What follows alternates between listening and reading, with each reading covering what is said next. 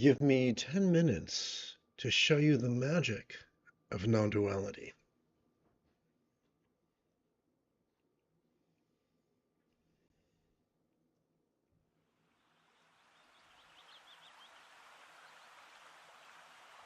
Together as a team, let us relaxingly recite. It's not our fault if we've only been exposed to weak-minded teachers and authors who cannot instruct themselves out of a wet paper bag. It is not an indictment against our wisdom or spirituality if the feckless or the elitist could not or would not spell out for us duality as well as its transcendence.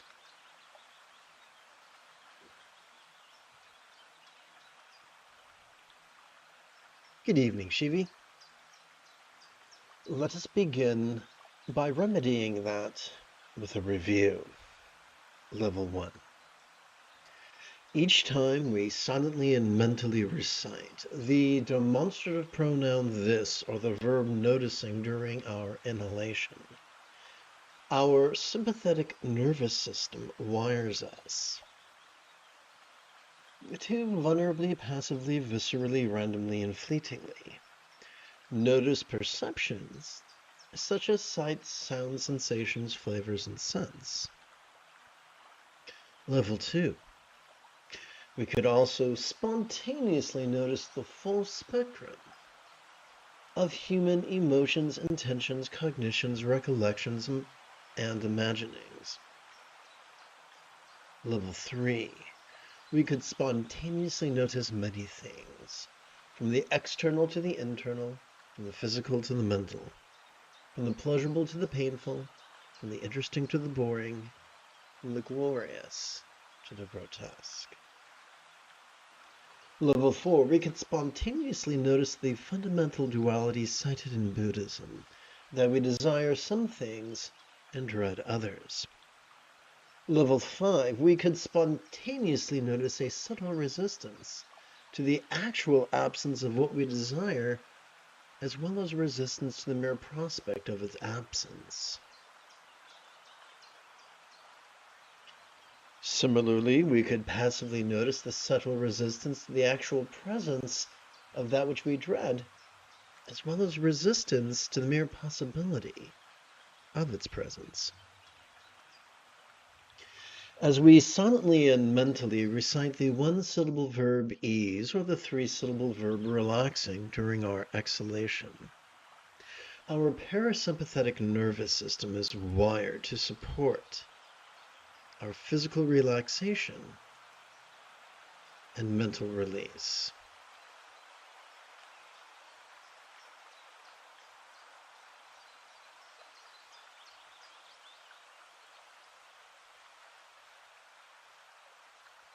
Let's try this. Copy and paste. Okay.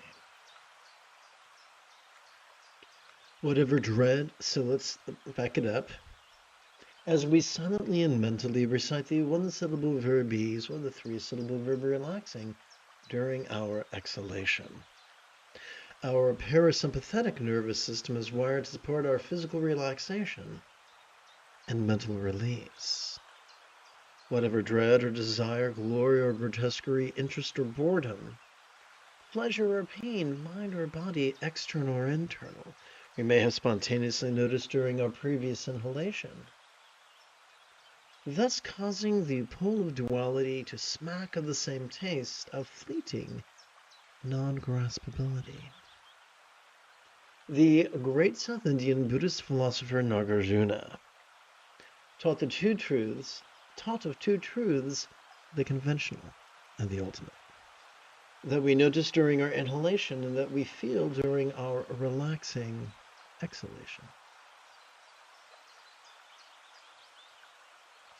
Each being, enlightened or not, is therefore wired to notice duality during each inhalation and taste of non-duality during each exhalation.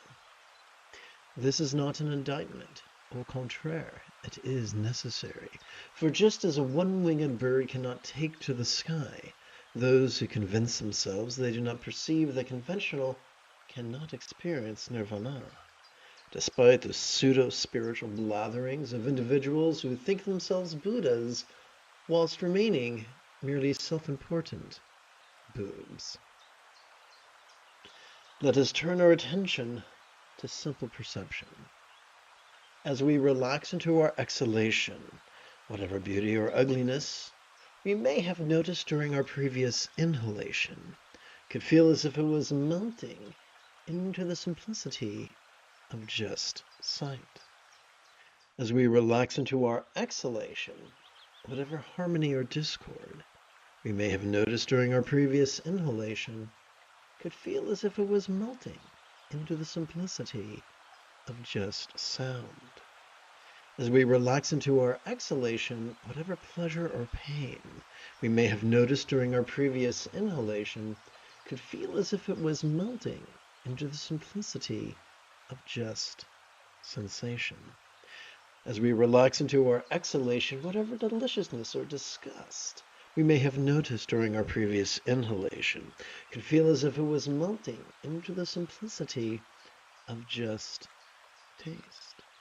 As we relax into our exhalation, whatever fragrance or foulness we may have noticed during our previous inhalation could feel as if it was melting into the simplicity of just scent. Now we could turn our attention to our inner life. One moment.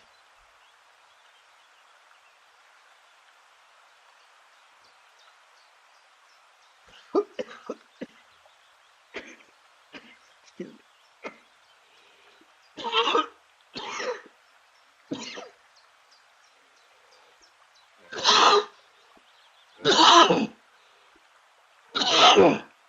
Wow, excuse me, that was really intense. Together, let us relaxingly recite. As we relax into our exhalation, whatever happiness or sorrow we may have noticed during our previous inhalation could feel as if it was melting into the simplicity of just emotion. Excuse me.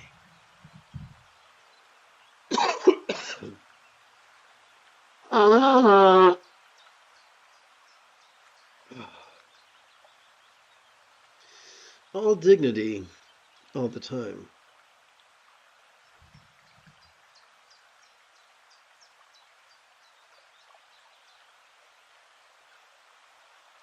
Together.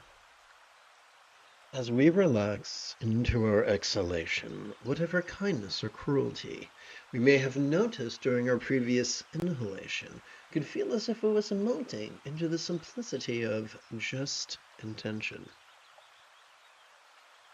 As we relax into our exhalation, whatever cleverness or foolishness we may have noticed during our previous inhalation could feel as if it was melting into the simplicity of just cognition. Excuse me. As we relax into our exhalation, whatever clarity or dullness we may have noticed during our previous inhalation could feel as if it was melting into the simplicity of just recollection. As we relax into our exhalation, whatever triumph or defeat we may have noticed during our previous inhalation could feel as if it was melting into the simplicity of just imagination. Let us turn our attention to a set of 4 dualities, known as the 8 feelings of the world, or Loka Vipati in Pali, or as the 8 worldly concerns, Astola Loka Dharma in Sanskrit. Within the context of the 4 bases of mindfulness, the circumstantial, Lama, the physical, Kaya, the interpersonal, Vedana, and the mental, Chitta. As we relax into our exhalation, whatever wealth or lack we may have noticed during our previous inhalation could feel as if it was melting into the simplicity of just the circumstantial. As we relax into our exhalation, whatever bliss or pain we may have noticed during our previous inhalation could feel as if it was melting into the simplicity of just the physical. As we relax into our exhalation, whatever praise or scorn we may have noticed during our previous inhalation could feel as if it was melting into the simplicity of just the interpersonal. As we relax into our exhalation, whatever fame or shame we may have noticed during our previous inhalation could feel as if it was melting into the simplicity of just the mental. Liberation from the tyranny of duality could be an effortless and effective process. This is why the Buddha taught mindfulness and meditation.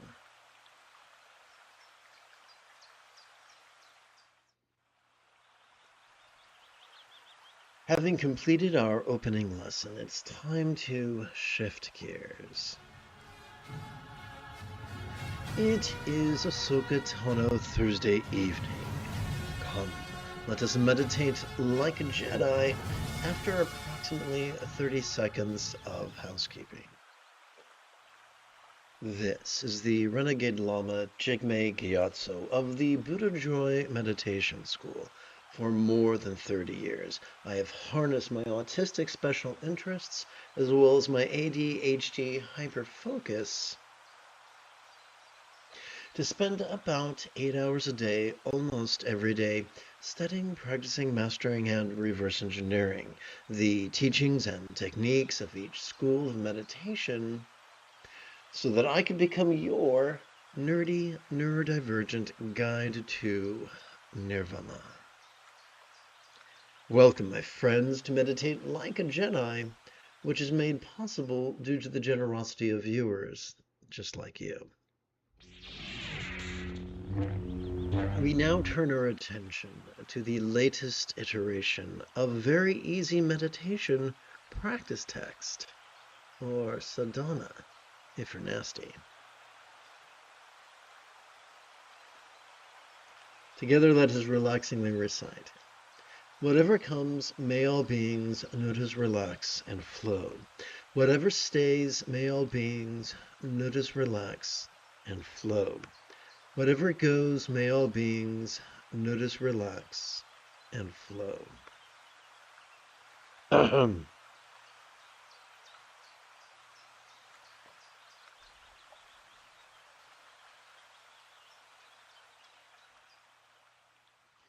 Upon the tip of our left index finger, we could rest the great knuckle at the base of our right index finger, palms up in our lap.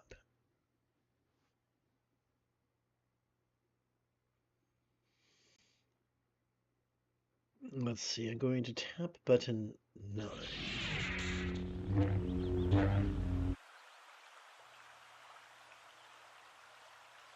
So working with our index fingers and knuckles, knuckle and finger, we gently invite our real or imagined subtle energies to automatically coalesce at the crown region of our head. Let us take a moment to review mindfulness. Every time we inhale, whether we know it or not, we have evolved to automatically access the sympathetic nervous system ensconced within the middle third of our spinal cord. This sympathetic nervous system has evolved to help us to notice in a very special way, to help us to notice vulnerably, passively, viscerally, randomly, and fleetingly, which I'm sure you would agree is the opposite of the rigidity of concentration. What do we do with that which we notice? Why, we meditate. You see, every time we exhale, whether we know it or not, We are wired to automatically access the parasympathetic nervous system, ensconced within the lower third as well as the upper third of our spinal cord. This parasympathetic nervous system has evolved to help us to both physically relax as well as mentally release. Well, if that's the case, why sit in meditation? Because due to a quirk in our evolution, our cerebral cortex tends to compete against our autonomic nervous system. Fortunately, to remedy this, we have but to only silently and mentally recite the verb noticing during each inhalation, and silently and mentally recite the verb relaxing during each exhalation. Let's practice together right now. One moment.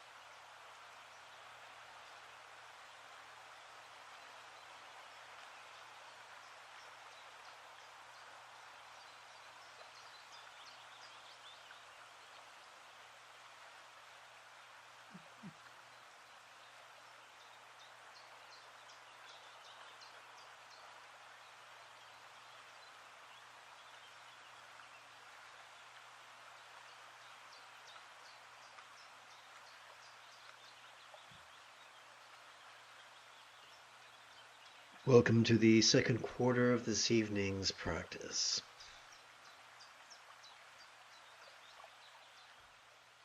Together, let us relaxingly recite an excerpt from The Vast Expanse of the Diamond-Lying Mind, also known as Dorje Sempa Numka Che.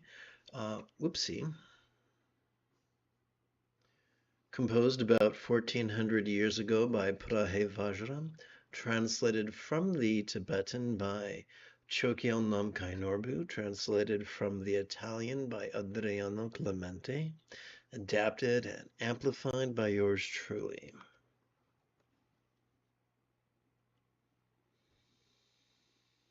Let us relaxingly recite 4 repetitions of the 16th passage. Attachment, anger, and ignorance are neither good nor bad, but simply arise from the path of complete enlightenment. So, pleasure or pain, physically or emotionally, is neither an acquittal nor an indictment. As we explore during tonight's opening lesson, physical pleasure and pain are just sensations. Emotional pleasure and pain are just emotions. Anything that we can notice during our inhalation, we can release during our exhalation. Therefore, all phenomena, pleasurable or painful, interesting or boring, are grist for the mill. Let's continue. The 5 objects of enjoyment, too, are said to be merely an ornament of the Dharmata dimension.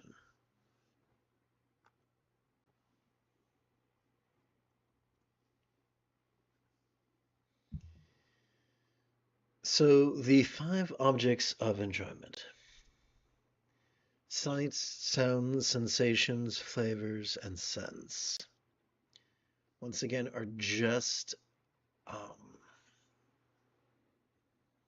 grist for the mill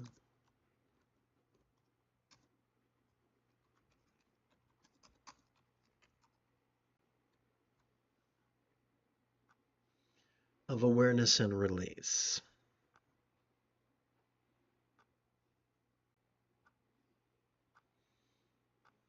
So let us together recite this an additional 3 times. Attachment, anger, and ignorance are neither good nor bad, but simply arise from the path of complete enlightenment. The 5 objects of enjoyment as well are said to be an ornament of the Dharmata dimension of awareness and release. Let's try this real quick. The Dharmata is simply a metaphor for the mastery of awareness and release, getting so good at noticing and relaxing that we could do so spontaneously, habitually, easily, and effectively. Together. Attachment, anger, and ignorance are neither good nor bad, but simply arise from the path of complete enlightenment.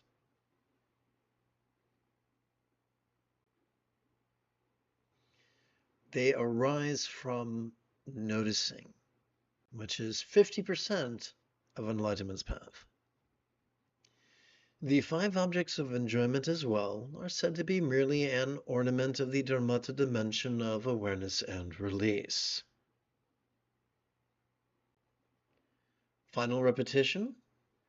Attachment, anger, and ignorance are neither good nor bad, but simply arise from the path of complete enlightenment. The 5 objects of enjoyment as well are said to be merely an ornament of the Dharmata dimension of awareness and release.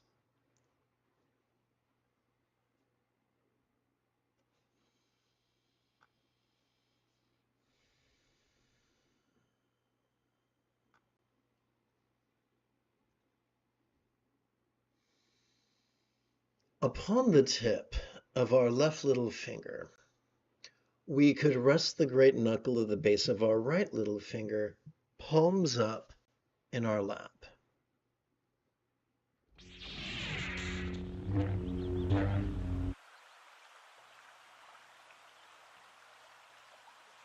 So working with our little knuckle and our little finger could help us to guide or real or imagine subtle energies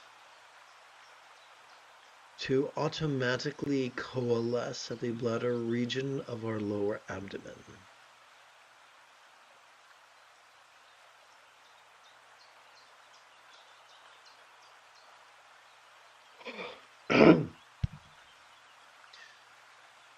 During each inhalation, our sympathetic nervous system wires us to vulnerably, passively, viscerally, randomly, and fleetingly notice mind's antics of perception, emotion, intention, cognition, recollection, and imagination. During each exhalation, our parasympathetic nervous system wires us to physically relax and mentally release.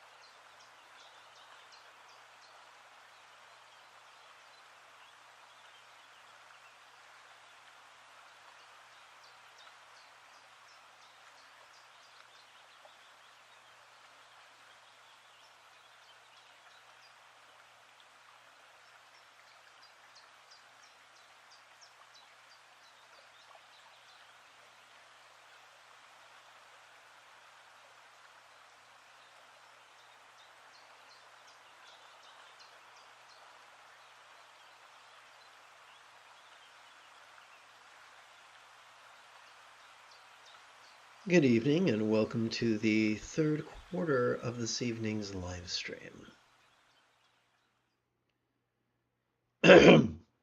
Together, let us relaxingly recite 4 repetitions of this 17th passage.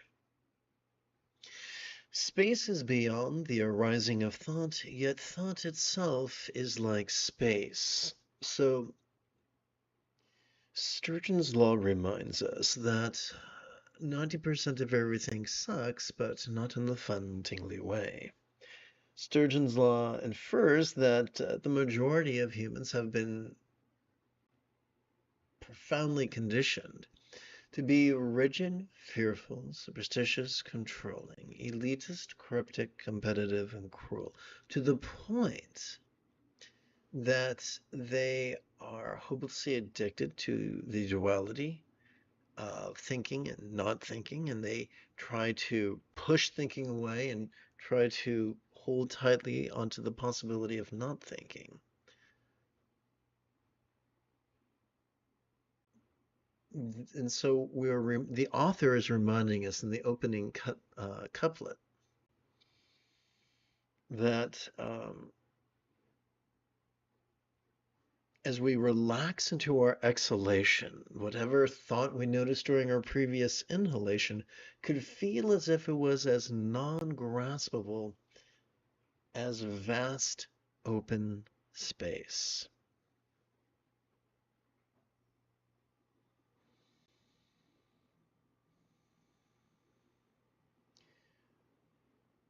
He also infers that this act of relaxing and releasing in harmony with our exhalation is unharmed by whatever thought cartwheels across the stage of our mind.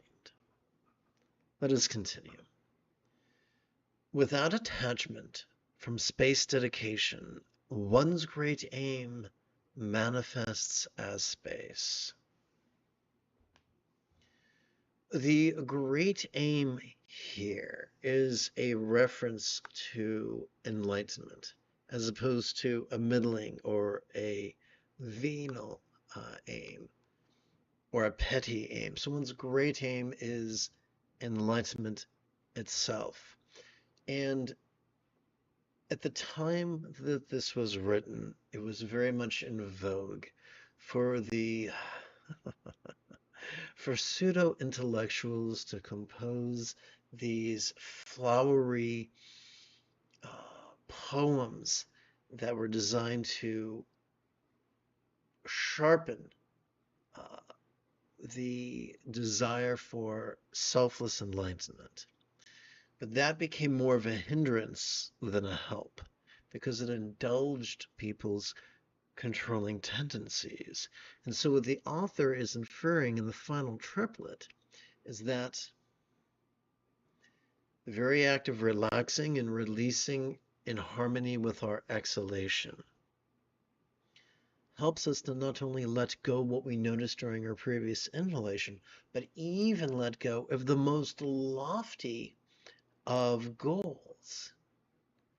Ironically, making the fulfillment of that goal an effortless inevitability. In the Tao Te Ching, the Lao Tzu writes that despite the lofty sounding nature of people's justifications for their often selfish or ruthless or idealistic choices, unless their choices and their utterances and deeds flow effortlessly, not from scattered spontaneity, but from centered spontaneity, then their actions will do much more harm than good. This passage is in harmony with that.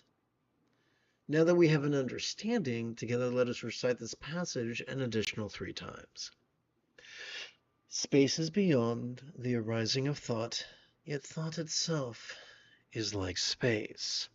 Without attachment from space dedication, one's great aim manifests as effortlessly as space. The sky manifests, and during the day. On a cloudless day, we see the sky through no effort of our own.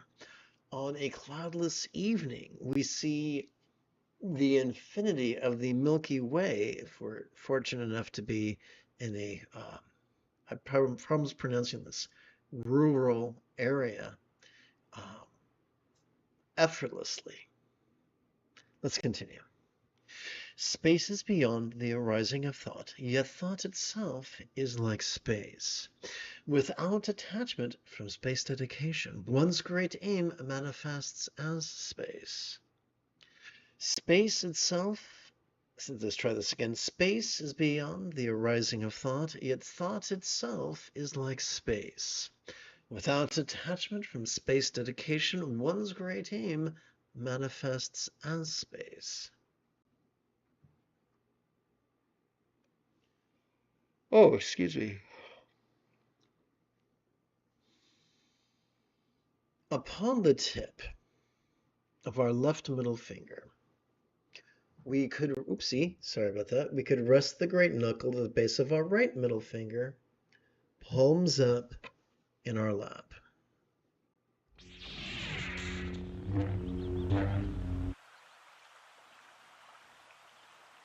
By working with our middle knuckles and fingers, we are able to gently invite our real or imagined subtle energies to automatically coalesce at the heart region of our chest.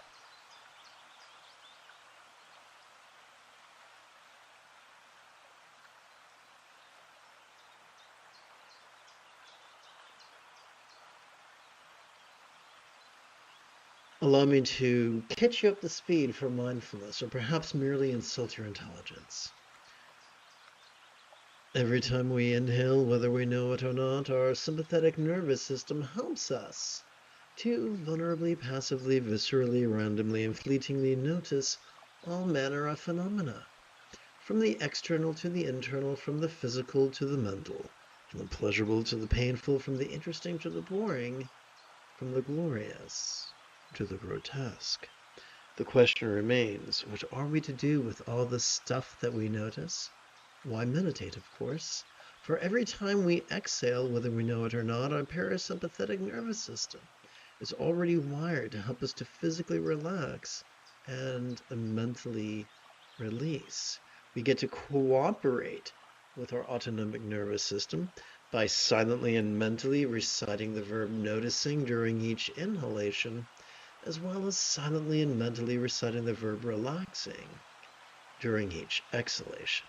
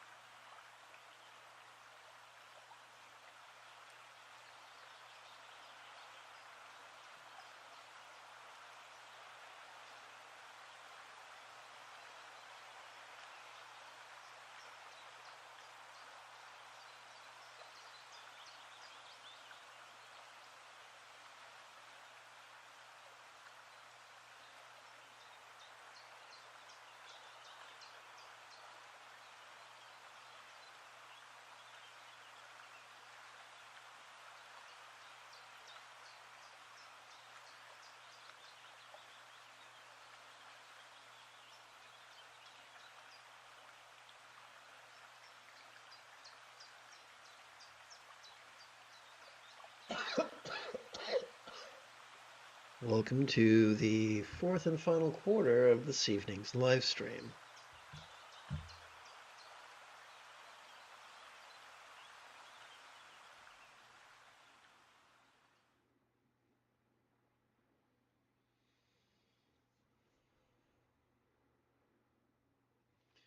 Together, let us relaxingly recite 4 repetitions of the 18th passage.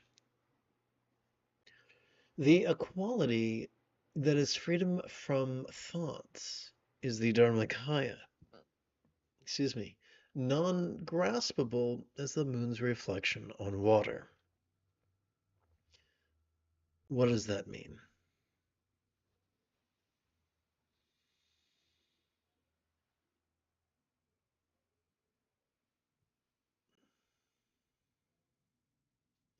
Whatever wise thoughts, so as we relax into our exhalation, whatever tyranny of wise thoughts or foolish thoughts we might have noticed during our previous inhalation could feel rather non-graspable as the moon's reflection upon the surface of a calm pond. As we explored during our opening lesson, the very act of noticing and relaxing helps us to viscerally transcend dualities, and that transcendence is known as the equality of both poles of duality. So the freedom from thought we're speaking of here is not freedom from the presence of thought, but freedom from the tyranny of thought. And of course, Dharmakaya, like Dharmadhatu, is simply a metaphor for the mastery of the Eightfold Path, for the mastery of mindfulness and meditation, getting so good at noticing and relaxing for at least 5 minutes once every 12 hours or so, that we do it spontaneously, habitually, easily, and effectively. Let's continue. Awareness, awareness is Samantabhadra like energy manifestation is as profoundly displayed as the vowels and syllables of speech.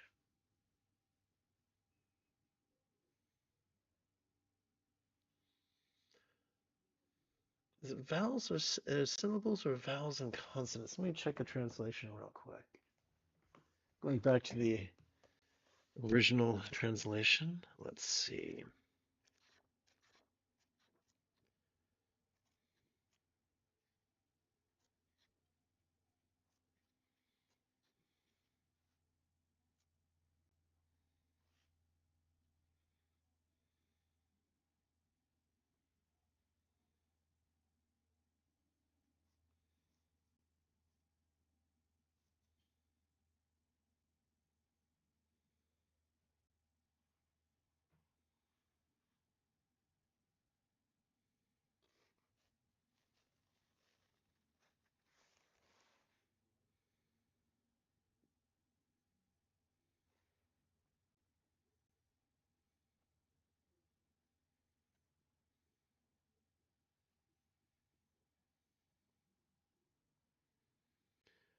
Can't remember it's vowels. I think it's either vowels and syllables or vowels and consonants. I think it'd be nice if I looked it up. Please bear with me.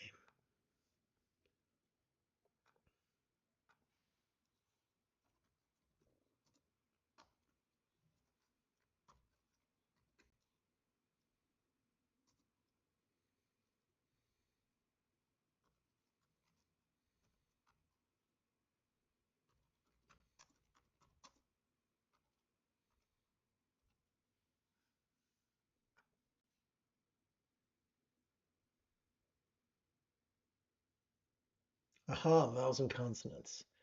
Ooh, that was a long walk to figure that bad boy out. Thank you for bearing with me.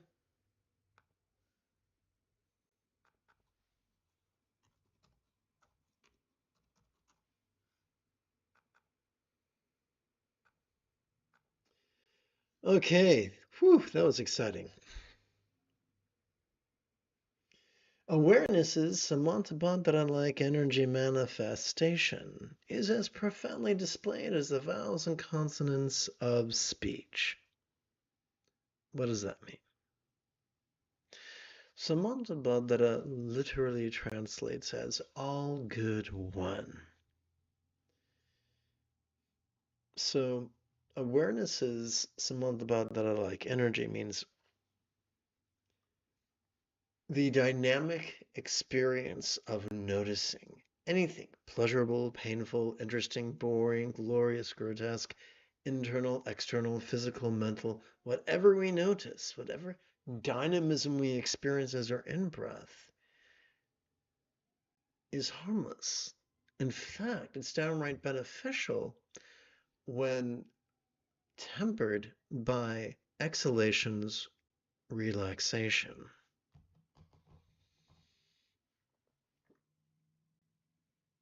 Anyone who spent time with other people, whether it's in an apartment or a house or a village or a city, there is a din of conversation. And just as that conversation is heard yet non-graspable, likewise, um, awareness is clear yet void. Let's continue. The equality that is freedom from thought is the Dharmakaya, non-graspable as the moon's reflection on water.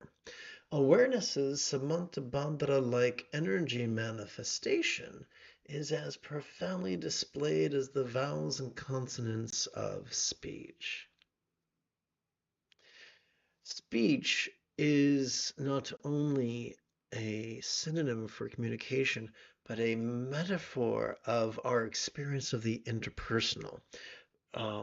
For we communicate the interpersonal through language, both verbally and non-verbally.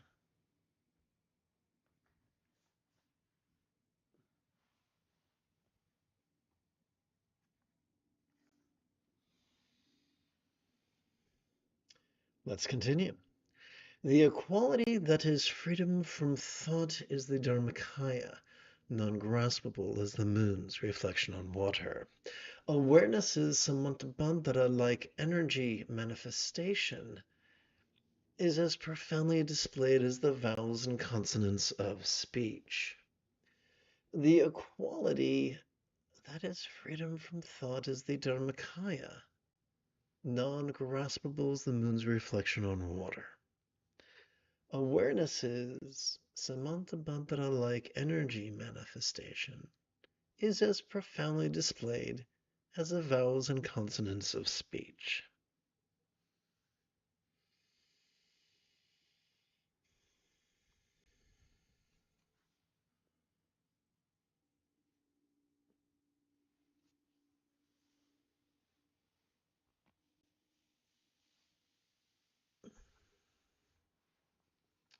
I'm going to write a note to myself.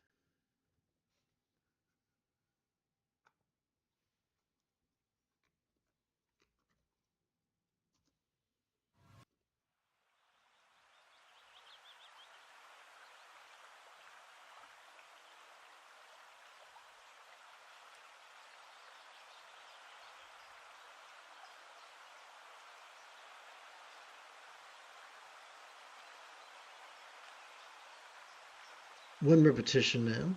Like the Ah, the beautiful Ta, the Pa, and the emanated branches. In the sphere of experience of the whole world, the profound voice of the Buddha arises.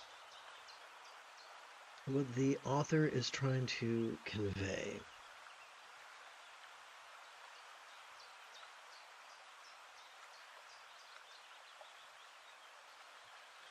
is that whatever sounds we experience as we breathe in, let's rephrase it, as we relax into our exhalation, whatever sounds we experience as we breathe in could feel non-graspable, and thus our experience that speech could be resounding yet void, becomes as beneficial as if it was the Buddha's speech itself.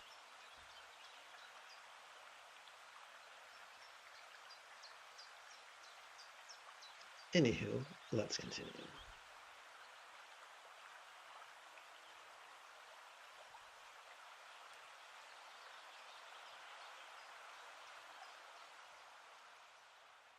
Upon the tip of our left ring finger, we could rest the great knuckle at the base of our right ring finger, palms up in our lap.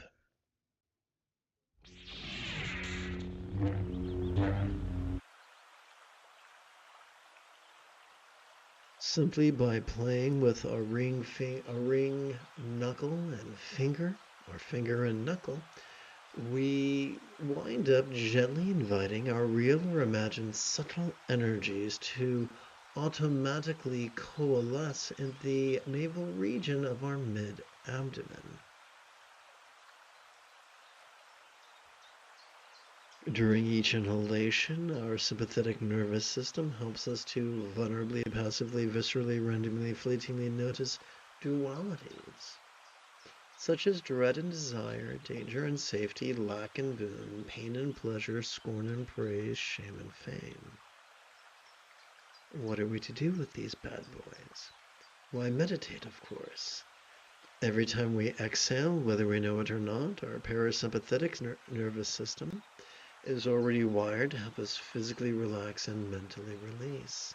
The easiest way for us to cooperate with this autonomic nervous system is to silently and mentally recite the verb noticing during each inhalation, as well as the verb relaxing during each exhalation.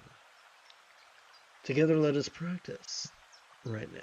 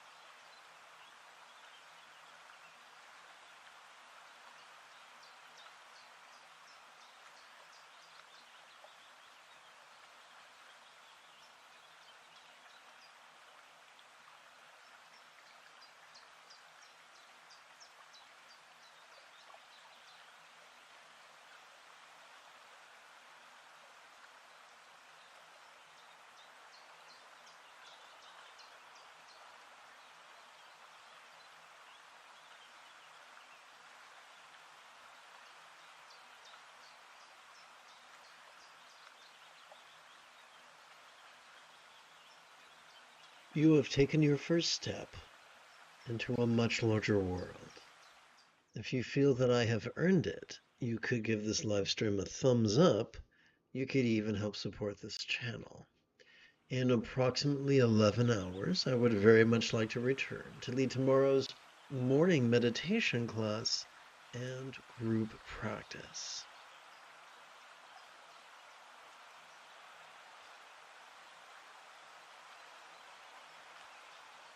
And if you are as geeky as me, may the Force be with you always.